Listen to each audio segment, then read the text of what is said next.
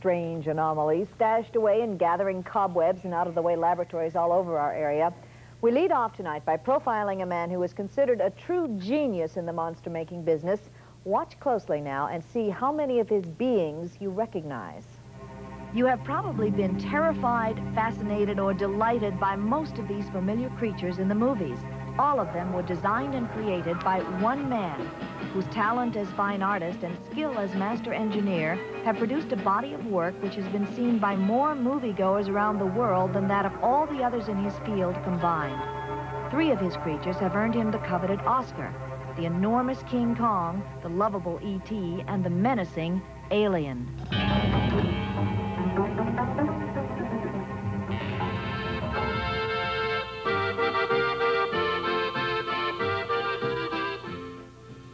The man is Carlo Rambaldi, from Italy's Ferrara province, longtime professor of fine arts and craftsman on more than 60 movies in Italy before coming to America in 1976.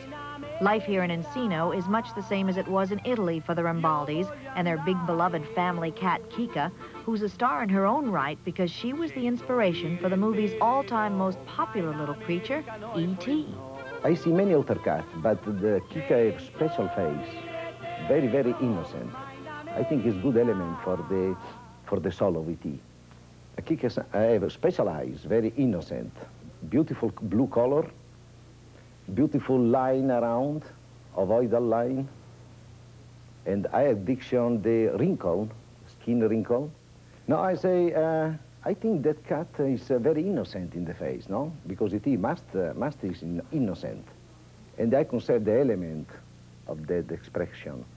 From the drawing, Rambaldi sculpts in clay, building a 3-dimensional rendition which he must literally breathe life into to make the creature come alive. E.T. took a half a year to build. The art is second nature for Rambaldi, but constructing the mechanics is 90% of the work. Sì, sono due cose che non si possono scindere l'una dall'altra. It's impossible to divide, separate artistic part and mechanical part. All mechanical part is or inside or outside of the camera, but it's very important because the mechanical part transmits the movement, and the movement is the soul of the mechanical creature. This fellow's very old, Carlo. Yeah, this is mechanical Pinocchio. I built that 15 years ago. And I keep the idea from the original drawing of Collodi. Ben Collodi wrote the book in 1883, exactly 100 years ago. Ooh. This is the model of the Close Encounter, mechanical part, and this is the structural part. Mm-hmm.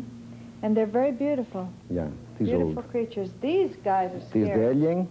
And this is the monster. This is the little model of that. Uh-huh. The structure, the body. And over here we have this. This is the model of the body of King Kong. Uh-huh. From the model building the big one. This is the face. The production of the Gorilla Zoo in San Diego. Uh-huh. He has a nice face. Yeah, nice face, yes. Mm-hmm. Photogenic. This is the mechanical end and the structural part of the end. And these are the original too? Yeah, original. Where's the Nightwing? Nightwing? Ah! That's it. Electric bat. And you had 50 of them? Yeah. Oh, yeah. Facciamo volare via, Bill. Fly away. Fly away.